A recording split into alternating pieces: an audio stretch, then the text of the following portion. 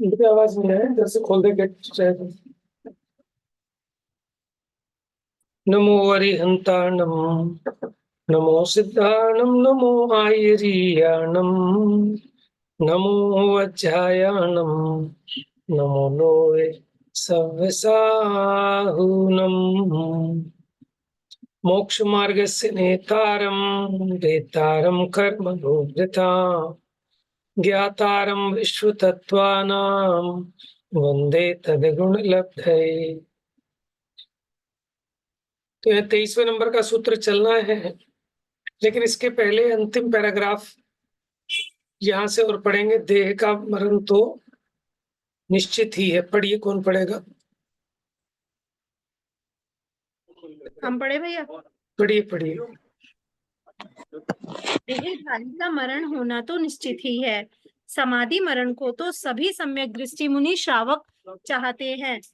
यह मनोवांछित प्रदान करने वाला समाधि मरण अब आपके निकट आया है। इससे जो चाहो उसे ले लो। आपके शरीर में बढ़ती हुई रोग की वेदना तो देह से राग भाव घटाने में कारण है। इससे अल्पकाल में असाता कर्म की निर्जरा होगी, विषय भोगों से विरक्तता होगी, पर द्रव्यों से ममता नष्ट होगी इत्यादि रूप में वेदना को उपकार करने वाली जानते हुए अब कर्म को जीतने के अवसर में शिथिल मत होइए। आप स्वयं पंडित हैं, सब कुछ जानते हैं, हम आपसे क्या कहें इत्यादि रूप में महामिष्ट वचन से आत्म ध्यान में लगाएं। उनके घर के नीचे भाग की शुद्ध भूमि में 2-4 साधर्मी जन मिलकर समाधि कराएं। उनके पास शोक, रुदन, राग, द्वेष उत्पन्न करने वाली कथा नहीं करें। जैसे उनका परिणाम धर्म में लगा रहे, उस प्रकार 12 भावना, पंच नमस्कार मंत्र आदि का मधुर स्वर में उच्चारण करें। इस प्रकार उन्हें जिन वचन रूपी अमृत का पान कराएं। देखिए, समाधि मरण कैसे कराएं, उसमें कैसे संबोधन करें, उसकी ये चर्चा पूरी हुई। अब आगे सम्यक दृष्टि के अतिचार, माने जो सम्यक दर्शन है उसमें कुछ दोष लगते हैं, उन दोषों की चर्चा कर रहे हैं ताकि उन दोषों से हम सावधान रह सकें। सूत्र संख्या 23, शंका कांक्षा विचिकित्सा अन्य दृष्टि प्रशंसा संस्तवा सम्यक दृष्टेर अतिचारा। माने सम्यक दर्शन के अतिचार हैं। क्या क्या बताएं? शंका, कांक्षा, विचिकित्सा। देखिए, आपने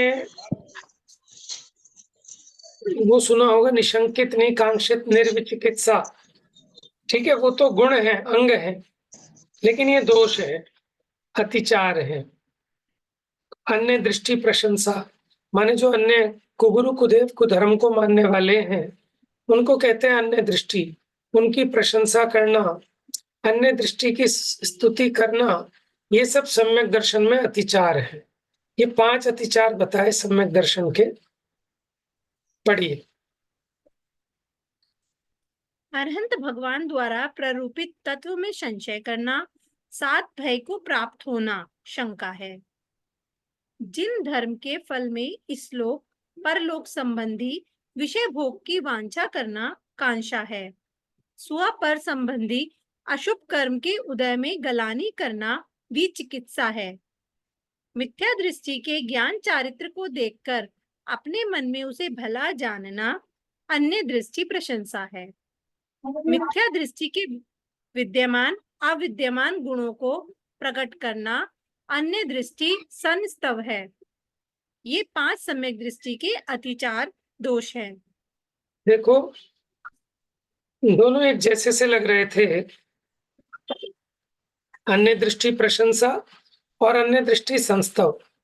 तो यहाँ इन्होंने बताया मिथ्या दृष्टि के ज्ञान चारित्र को देखकर अपने मन में उसे भला मानना, भला जानना, ये अन्य दृष्टि प्रशंसा है। और मिथ्या दृष्टि के विद्यमान अविद्यमान गुणों को प्रकट करना, माने जगत में फैलाना, उसके बारे में गुणगान करना, कहना, ये अन्य दृष्टि संस्तव है। ये 5 सम्यक दृष्टि के अतिचार हैं। पर ये प्रशंसा और संस्तव में क्या अंतर है? पीछे के तो सबको पता ही है। निशंकित आदि जैसे आपने 8 अंग पढ़े हैं, तो अनंत भगवान द्वारा प्ररूपित तत्व में संशय करना और 7 भयों को प्राप्त होना, इसका नाम शंका है। और जिन धर्म के फल में इस लोक परलोक संबंधी भोगों की आकांक्षा, वो कांक्षा नाम का दोष है। किसी का अशुभ कर्म उदय देखकर उससे ग्लानि करना विचिकित्सा है। आगे पढ़िए। किसी भी गुण को अपने मन में अच्छा मानना प्रशंसा है तथा वचनों द्वारा उसे व्यक्त करना, उसकी स्तुति करना संस्तव है। यही इन दोनों में अंतर है। प्रश्न। प्रश्न, सम्यक दृष्टि के निशंकित आदि 8 अंग हैं, अतः उसके प्रतिपक्षी अतिचार भी 8 होने चाहिए। यहाँ 5 ही क्यों बताए हैं? उत्तर, अन्य दृष्टि प्रशंसा और अन्य दृष्टि संस्तव, इन 2 अतिचारों में मूढ़ दृष्टि, अनुपगूहन, अस्थितीकरण, अवात्सल्य, अप्रभावना, ये 5 दोष गर्वित होने से सम्यक दर्शन के 5 अतिचार ही बताए गए हैं। आगे व्रतशीलादि के भी 5-5 ही अतिचार कहेंगे, अतः इसके भी 5 ही कहे हैं। देखिए, अन्य दृष्टि की प्रशंसा और अन्य दृष्टि की स्तुति में, इन 2 अतिचारों में बाकी के 5 जो दोष हैं, मूढ़ दृष्टि, क्योंकि जो मूढ़ होता है वही कुगुरु कुदेव आदि की प्रशंसा करे, उनके मानने वालों की प्रशंसा करे। अनुपगूहन क्या होता है कि दूसरों के दोष प्रकट करना, अपने गुण प्रकट करना। अस्थितीकरण ही होता है, ना तो अपने को स्थितीकरण करना, ना दूसरे को स्थितीकरण करना। अवात्सल्य माने साधर्मी में वात्सल्य नहीं होना। और अप्रभावना, जिन धर्म की महिमा व्यक्त नहीं करना। अब इन सबको इन दोनों में गर्भित मान लेना, क्योंकि यहाँ अतिचार सबके 5-5 गिनाए हैं। 12 व्रतों के 5-5 अतिचार बताएंगे। और इसी प्रकार ये सम्यक दर्शन के भी 5 अतिचार बताए। आगे प्रश्न। सम्यक दृष्टि श्रावक अगारी के तो ये अतिचार लग सकते हैं, अंगारी मुनि के नहीं। उत्तर, यह दोष यहाँ नहीं है, क्योंकि इसमें सामान्य सम्यक दृष्टि पद का ग्रहण है। श्रावक और मुनि दोनों के ही सम्यक दर्शन में ये अतिचार लग सकते हैं। कर्म अपेक्षा सम्यक दर्शन के 3 भेद हैं, औपशमिक, शायिक, शायोपशमिक। इनमें से प्रारंभिक 2 तो पूर्णतया निर्दोष है। छायोपशमिक सम्यक्त्व में दर्शन मोहनीय की सम्यक्त्व प्रकृति का उदय होने से दोष लग जाते हैं।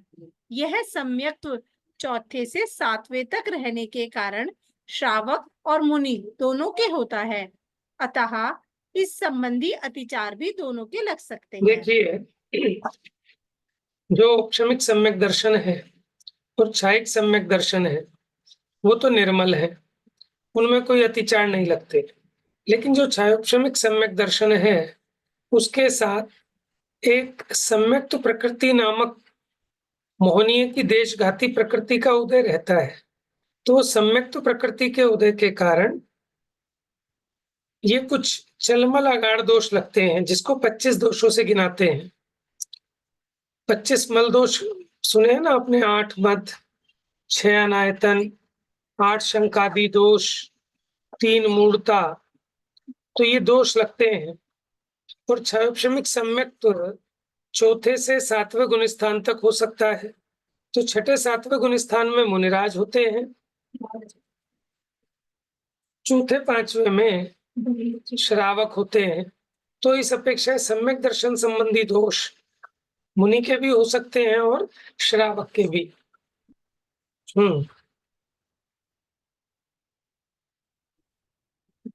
जैसे सम्यक दर्शन के 5 अतिचार कहे, उसी प्रकार व्रत और शील संबंधी भी 5-5 अतिचार हैं। यह बताने के लिए सूत्र कहते हैं, व्रत शीलेषु पंच पंच यथाक्रमम। देखिए, व्रत और व्रत तो है 5, ठीक है। हिंसा, झूठ, चोरी, कुशील, परिग्रह का त्याग, ठीक है। इनके त्याग का नाम है 5 व्रत। और शील है 7, 3 गुणव्रत और 4 शिक्षा व्रत, ठीक है। 3 गुणव्रत और 4 शिक्षा व्रत। अब व्रतों में क्या है, श्रावक की अपेक्षा बात करें तो 5 पापों का एक देश त्याग होता है, इसलिए उसके कहलाते हैं अणुव्रत। अणु माने छोटे, बड़ी। व्रत और शीलों में क्रमशः 5-5 अतिचार हैं। अहिंसा आदि 5 अणुव्रतों, दिग्व्रत आदि 7 शील व्रतों और संलेखना में क्रमशः 5-5 अतिचार हैं। प्रश्न, दिग्व्रत आदि शील भी व्रत ही हैं, तब फिर यहाँ शील का पृथक ग्रहण क्यों किया? प्रश्न समझ में आया? ये 12 के 12 व्रत हैं, तो आप ऐसा कह देते व्रतों के 5-5 अतिचार हैं। आपने दिग्व्रत आदि को अलग से शील क्यों कहा? उत्तर, शील भी व्रत होने पर भी उनका उद्योत रूप अर्थ बताने के लिए पृथक ग्रहण किया है। अभिप्राय पूर्वक नियम करना व्रत होने से दिग्व्रत आदि भी व्रत है, तथापि व्रतों के रक्षक होने से उद्योत अर्थ में शील कहलाते हैं, यह बताने के लिए उनका पृथक ग्रहण किया है। अगारी का प्रकरण होने से गृहस्थ श्रावक के ही व्रत शीलादि में ये दोष लगते हैं, अंगारी मुनि के नहीं, ऐसा जानना। देखो, पीछे हमने कहा था वो बात थी सम्यक दर्शन की, लेकिन व्रतों की अगर बात करें तो मुनिराज के महाव्रत होते हैं, ठीक है। मुनिराज के महाव्रत होते हैं, उनके अणुव्रत नहीं होते। इसलिए जिसके अणुव्रत है, अणुव्रतों में तो अतिचार हो सकते हैं, लेकिन महाव्रतों में अतिचार नहीं हो सकते। तो इसलिए इन्होंने कहा श्रावक के व्रत शील आदि में ये दोष लगते हैं, अनगारी मुनि के नहीं, ऐसा जानिए। अब अहिंसा, अब एक एक व्रत के अतिचार बताएंगे। सबसे पहले अहिंसा, अणुव्रत में लगने वाले अतिचार, तो ये लगाने लायक नहीं है, इनको बेटने लायक है। पढ़िए, बंध वध छेदाति भारारोपणान्न पान निरोधा।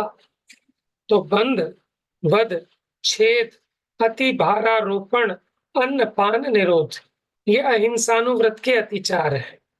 पढ़िए जरा। प्राणी को मनोवांछित स्थान पर गमन करने से रोकने के लिए थोड़ा सांकल, पिंजरा, बेड़ी, रस्सी, जेवरी आदि से बांधना बंध है।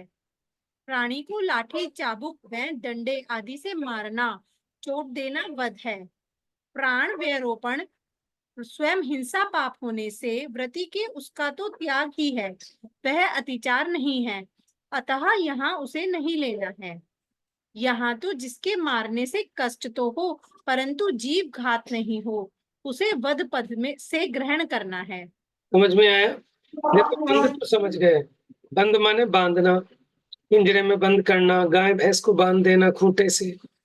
अब वध का मतलब होता है जान से मारना, लेकिन अगर आप वध का ऐसा अर्थ करोगे जान से मारना, तो फिर अतिचार कहाँ रहा? वो तो अनाचार हो गया, इसमें तो व्रति भंग हो गया। तो यहाँ वध का अर्थ क्या है? लाठी, चाबुक, डंडे आदि से उसको मारना, ठीक है, मैंने उसको कष्ट देना, ये वध में लिया। अति भारारोपण क्या होता है? उनकी शक्ति से अधिक उन पर बोझा लादना, इसको कहते हैं अति भारारोपण। रिक्शे वाले ने कहा भैया 10 रुपए का रिक्शा है, जितने मर्जी बैठ जाओ। 20 लोग बैठाल दिए हमने रिक्शे में ठूस ठूस के, तो वो बेचारा तो मर जाएगा, अति भारारोपण है, ठीक है। पढ़िए, ये सब दोष हैं किसके? अहिंसानुव्रत के। अहिंसानुव्रत में दोष आता है इनसे। तो जो अहिंसानुव्रत का धारी है, उनको इन चीजों से सावधान रहना चाहिए, इससे बचना चाहिए। पढ़िए, मनुष्य त्रियंचों के कान, नाक, हाथ, पैर, ओठ, पूंछ आदि अंग उपांग छेदना छेद है। लोभ के वश घोड़ा, ऊंट, बैलगाड़ी आदि में न्याय रूप बोझ की मर्यादा से अधिक भार लाद कर चलाना अति भारारोपण है। मनुष्य त्रियंचों को क्षुधा, तृषा की बाधा रूप क्रिया करना, उन्हें भोजन पान नहीं देना, अपने अधीन को काल का उल्लंघन कर भोजन पान देना अन्न पान निरोध है। इन पांचों से अहिंसा अणुव्रत दूषित होता है। देखिए, पांचों बातें समझ में आ गई आपको। बंधन, वध, छेद माने उनके आंख, कान, नाक आदि छेद देना। कई लोग पूंछ काट देते हैं पहचान के लिए, कई लोग कान में कुछ छेद कर देते हैं, ठीक है ना। तो ये सब उनके अंगोपांग छेदना, इससे अहिंसाणुव्रत में दोष आता है। अच्छा, लोभ के वश जानवरों पे अधिक भार लाद कर चलाना, अति भारारोपण। अन्न पान निरोधा, उनका भोजन पानी लेट देना, ठीक है, नहीं देना, ये सब अन्न पान निरोध नाम का अतिचार है। अब जिसने सत्याणुव्रत धारण किया, उसे इन 5 दोषों से बचना चाहिए, अथवा सत्याणुव्रत में क्या क्या अतिचार होते हैं उनको कहते हैं मिथ्योपदेश, रहोभ्याख्यान, कूट, लेख, क्रिया, न्यासा, पहार, साकार, मंत्र भेदा। देखिए, पहला मिथ्योपदेश, नाम से स्पष्ट है, क्यों? झूठा उपदेश देना। रहोभ्याख्यान माने किसी की गुप्त बात को प्रकट कर देना। कूट, लेख, क्रिया माने झूठे, किसी को ठगने के लिए फर्जी कागज वागज लिखना, ये कूट लेख क्रिया है। न्यासा, पहार माने किसी के पास हमने सामान रखा था, तो किसी ने हमारे पास अपना कोई सामान रख के गया था गिरवी, और वो भूल गया, तो उसको कम दे देना और ये कहना कि हाँ, तुमने जो कहा था ठीक है, ले जाओ। तो ये न्यासा पहार है, किसी की रखी हुई चीज के संबंध में लोभ करके सच नहीं कहना। अच्छा, फिर है साकार मंत्र भेदा। साकार मंत्र भेद क्या है? कि किसी की शारीरिक चेष्टा को, आंख आदि के विकार को, उससे उसका अभिप्राय जानकर, ठीक है, किसी जगत में किसी अन्य से कह देना, चुगली कर देना, अथवा जगत में प्रकट कर देना, ये साकार मंत्र भेद है। इसमें क्या सत्याणुव्रत में अतिचार लगते हैं। इससे पढ़िए एक बार। स्वर्ग मोक्ष की कारणभूत क्रिया विशेष में झूठा उपदेश देकर प्राणियों से अन्यथा प्रवृत्ति कराना, उन क्रियाओं को छिपाना मिथ्या उपदेश है। एकांत स्थान में की गई किसी स्त्री पुरुष की क्रिया विशेष को प्रकट करना रहोभ्याख्यान है। किसी अन्य व्यक्ति द्वारा कुछ भी कहे बिना ही उसके कुछ अभिप्राय के वश अन्य को ठगने के लिए झूठा लेख आदि लिख देना कि इसने ऐसा कहा है, ऐसा आचरण किया है इत्यादि रूप में अपनी इच्छा से ही झूठ लिखना कूट लेख क्रिया है। मैंने किसी कुछ बुराई व्यक्ति लगाकर कुछ का कुछ लिखवा लेना, ठीक है, किसी के कागज अपने हिसाब से बना लेना, ये सब कूट लेख क्रिया है।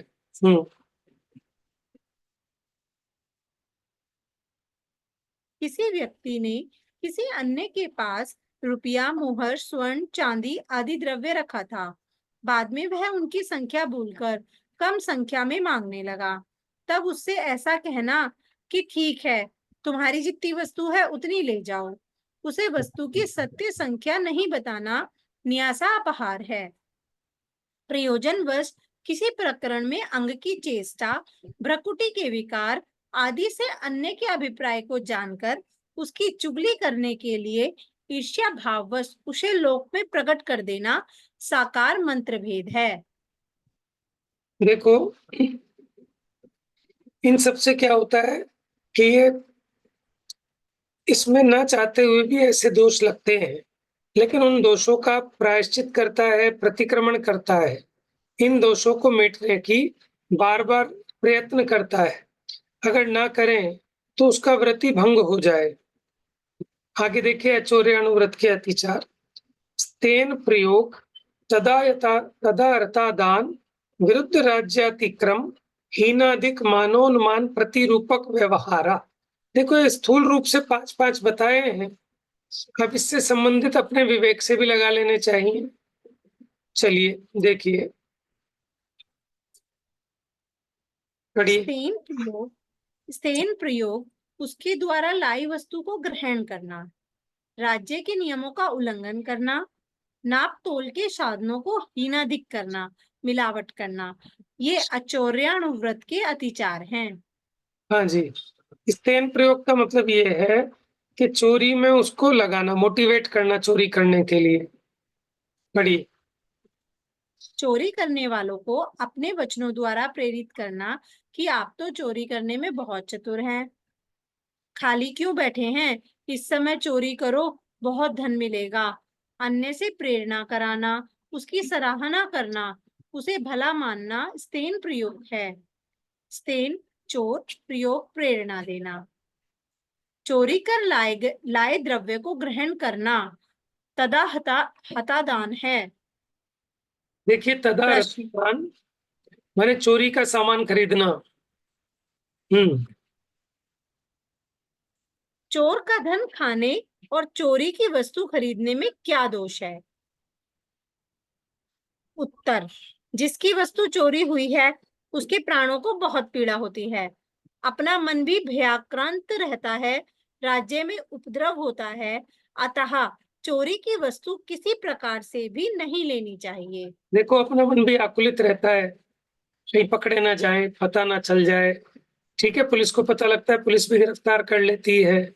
तो कई लोग मजबूर लोग होते हैं और अपना कीमती सामान भी, ठीक है, अथवा कहीं से चोरी करके लाके सस्ते दामों पे बेच देते हैं।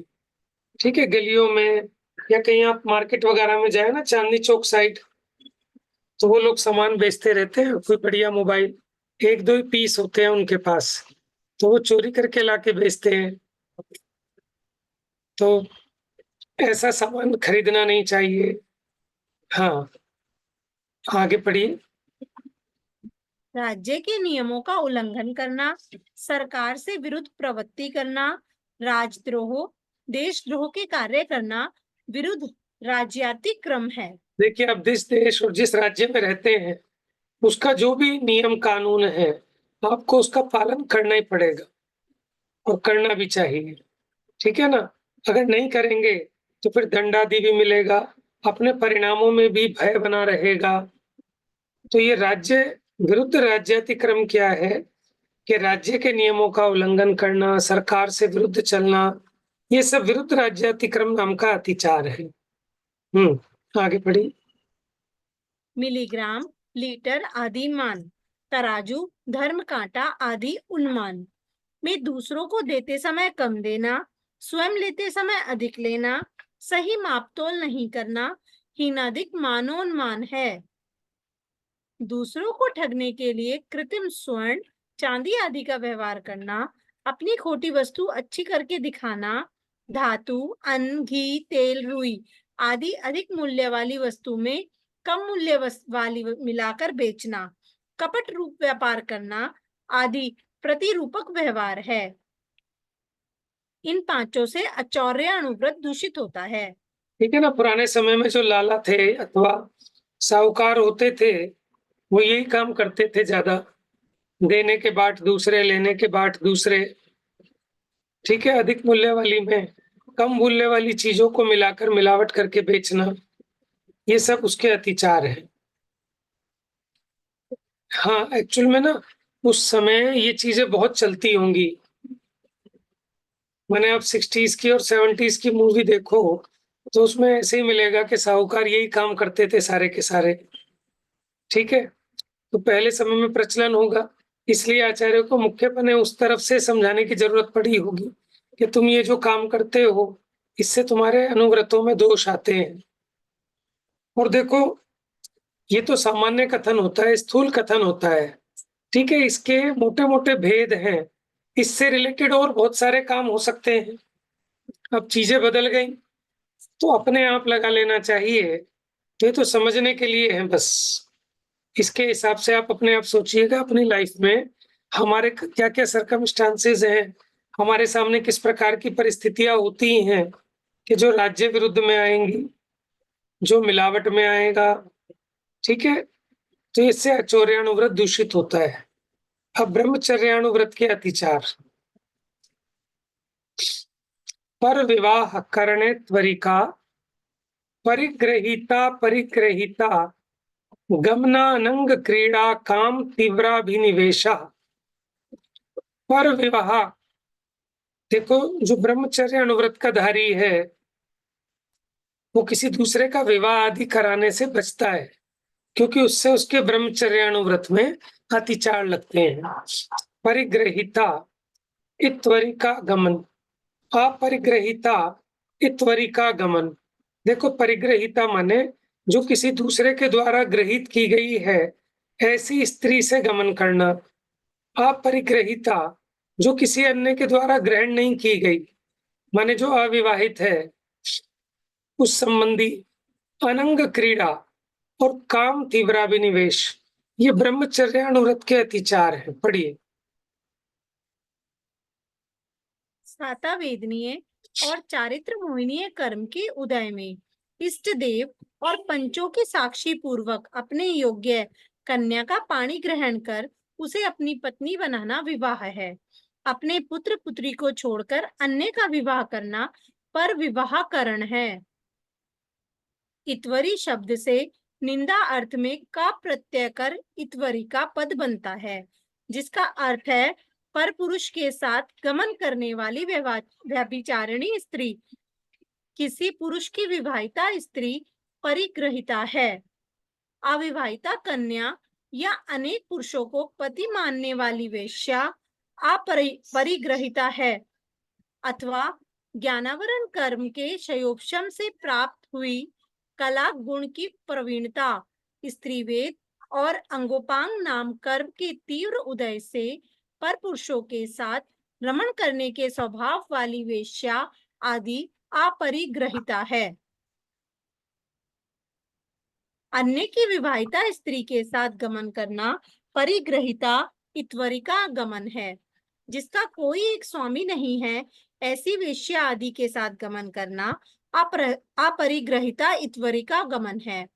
इन दोनों के साथ लेन देन रूप व्यवहार करना, उनके घर जाना, उन्हें अपने घर बुलाना, उन्हें हास्य परक वचनालाप करना इत्यादि शील खंडित होने में कारण होने से अतिचार है। पर स्त्री के साथ काम सेवन अतिचार नहीं है, वरन महापाप रूप अनाचार है। देखिए यहाँ स्त्री दो भेद किए, एक तो विवाहित एक अविवाहित। तो विवाहित को कहा परिग्रहिता, जो किसी अन्य के द्वारा ग्रहण की गई है, और अपरिग्रहिता जो किसी अन्य से विवाहित नहीं है।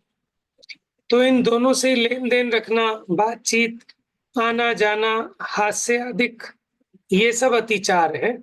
लेकिन परस्त्री सेवन करना वो अतिचार नहीं है, वो तो सप्त व्यसनों में एक व्यसन है, वो तो महाअनाचार है।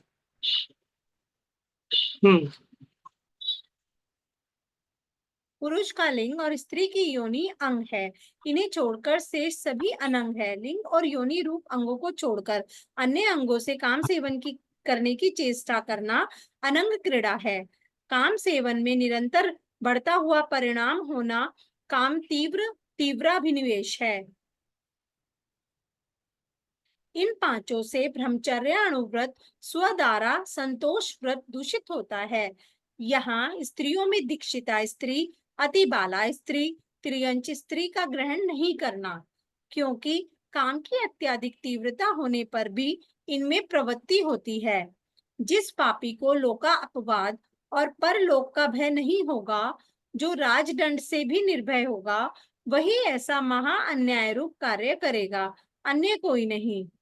देखिए ये अनुव्रत के अतिचार है। अतिचार में क्या होता है कि किंचित दोष को अतिचार कहते हैं, महादोष को अतिचार नहीं कहते। वो तो अनाचार हो जाता है, उससे तो व्रत भंग हो जाता है। अब परिग्रह परिमाण अनुव्रत के अतिचार।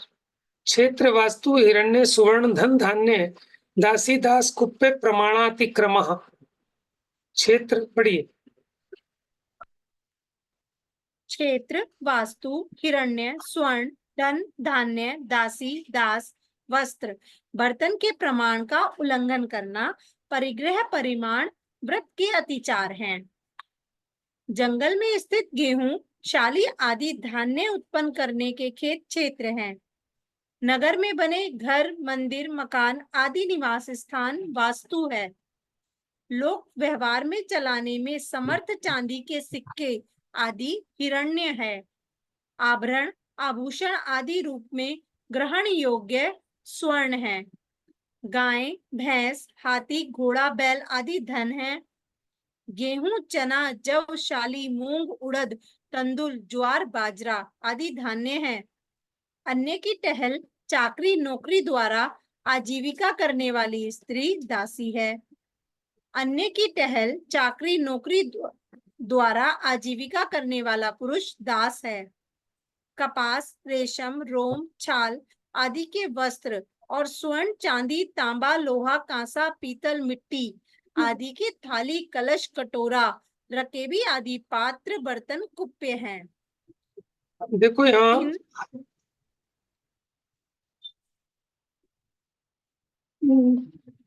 क्षेत्र, वास्तु, हिरण्य, स्वर्ण, धन, धान्य, दासी, दास, कुप्पे, प्रमाणातिक्रम, माने इनके प्रमाण का जो आपने परिमाण किया है, जो मर्यादा बांधी है, उसका उल्लंघन करना। अब देखो, कुप्पे माने वस्त्र होता है, यहाँ पता नहीं क्यों बर्तन लिखा है। बर्तन के लिए भांड शब्द आता है, वस्त्रों के लिए कुप्पे। तो ये मोटे रूप से 10 बातें कही, इसमें समस्त प्रकार का परिग्रह गर्भित समझ लेना। अब इन 10 प्रकार के बाह्य परिग्रह का प्रमाण करना, मैं इतनी सामग्री रखूंगा, इससे अधिक नहीं। ये परिग्रह परिमाण व्रत है, परिमाण माने उसकी मर्यादा। लेकिन लोभ के वश होकर उसे अधिक बढ़ा लेने से परिग्रह परिमाण व्रत दूषित होता है। अच्छा, प्रमाण का उल्लंघन करना अथवा प्रमाण को लोभादि वश पुनः बढ़ाकर अधिक कर लेना, अपनी मर्यादा को बढ़ा लेना।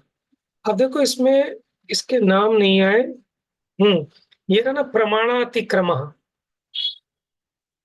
तो इनके प्रमाण का अतिक्रम करना, ये इसके अतिचार हैं। पढ़िए जरा आगे। प्रश्न, अन्य ग्रंथों में बाह्य परिग्रह के 10 भेद बताए गए हैं, यहाँ उसके 9 भेद ही क्यों बताए हैं? उत्तर, बाह्य परिग्रह के 10 भेद हैं, यह सत्य है। यहाँ भी वास्तव में 10 ही बताए गए हैं, क्योंकि कुप्पे में 2 भेद गर्भित हैं। एक तो सूतादि सभी प्रकार के वस्त्र, और दूसरे चंदन, कर्पूर, फूल, लवंग, नारियल, बादाम, छुआरा आदि किराना और धातु, मिट्टी आदि के पात्र। अतः यहाँ भी पूर्व परंपरा का ही निर्वाह किया गया है। इस प्रकार क्षेत्र, वास्तु इत्यादि रूप में 5 युगलमय परिग्रह संबंधी किए गए परिमाण का उल्लंघन करने से परिग्रह परिमाण व्रत खंडित होता है। अतिचार, प्रमाद, लोभ, इंद्रिय विषयों की तीव्र चाह के कारण व्रतादि में दोष लगना अतिचार है। इसके 4 भेद हैं: अतिक्रम, व्यतिक्रम, अतिचार और अनाचार। इनका स्वरूप स्पष्ट करते हुए आचार्य अमित गति श्री भावना द्वात्रिशतिका नामक सामायिक पाठ के 9वें छंद में लिखते हैं: रतिम मनः शुद्धि विधेरतिक्रमम् व्यतिक्रमम् शील व्रतेर्विलंघनम् प्रभोतिचारम् विषयेषु वर्तनम् वदन्ते अनाचार में ही तासि सक्तताम्। हिंदी में भी है, मन की विमलता नष्ट होने को अतिक्रम है कहा, और शील व्रतों का उल्लंघन व्यतिक्रम कहा गया, और विषयों में प्रवृत्ति होना कहा अतिचार है, और उनमें अति आसक्त हो जाना अनाचार है। देखो, मन की शुद्धि नष्ट होना, उसको कहते हैं अतिक्रम। फिर शील व्रतों का उल्लंघन, उसको कहते हैं व्यतिक्रम। फिर विषयों में प्रवृत्ति हो जाना, वो अतिचार है, और उसमें अति आसक्त हो जाना अनाचार है।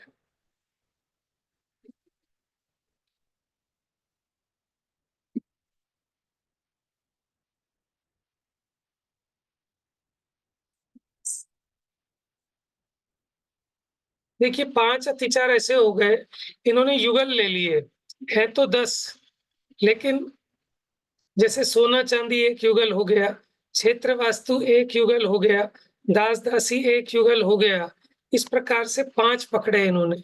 उन संबंधी प्रमाण का उल्लंघन करना, इसको परिग्रह परिमाण अनुव्रत के अतिचार जानना।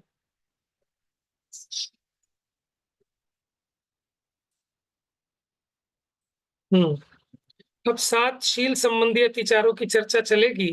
अब वो चर्चा कर लेंगे हम। ठीक है, 3 गुणव्रत और 4 शिक्षा व्रत संबंधी क्या क्या अतिचार होते हैं वो कल करते हैं। जा वाणी के ज्ञान से सूझे लोकालोक, सो वाणी मस्तक नमो सदा देते हूँ धो।